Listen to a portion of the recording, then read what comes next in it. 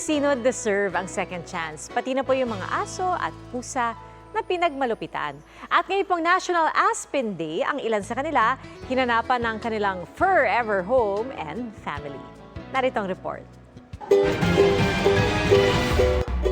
Hanap mo ba ay asong charming o kaya naman ay makulit na muning?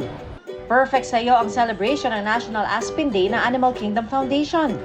Dito ang mga rescue dogs and cats kabilang ang mga biktima ng animal cruelty, pwede mong bigyan ng bagong family at forever home where they can feel safe again. Kailangan po syempre meron tayong capability to take care of the dogs. Kailangan din meron silang capacity for the veterinary sa vet clinics. Si Dindo, certified dog lover na looking forward na makasama sa kanyang hobby ang new adopted dog. Gusto ko rin siya makalaro. Buti nga meron na ngayon ako uli. I'm so happy. Si Raquel naman tila na love at first sight sa asong si Mori. Parang tinatawag ako ni Mori.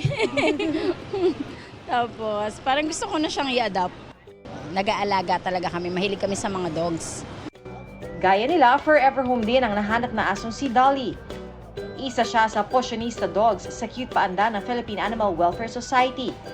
Nirescue siya ng POS sa Aklan dahil may nagbuhos ng mantika, kumukulong mantika sa mukha niya. Nung nakita namin na pinapaampun siya sa POS, naulog na lang yung loob ko. Gaya ni na Poker and Derby na kapwa na rescue mula sa sinalakay ng Pogo Hub sa Porac. From Pogo to Poging Doggo.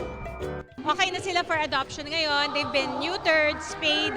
Naka-recover na sila from their malnutrition and yung mga sakit-sakit na nakuha nila dahil hindi sila pinakain for like 1 week.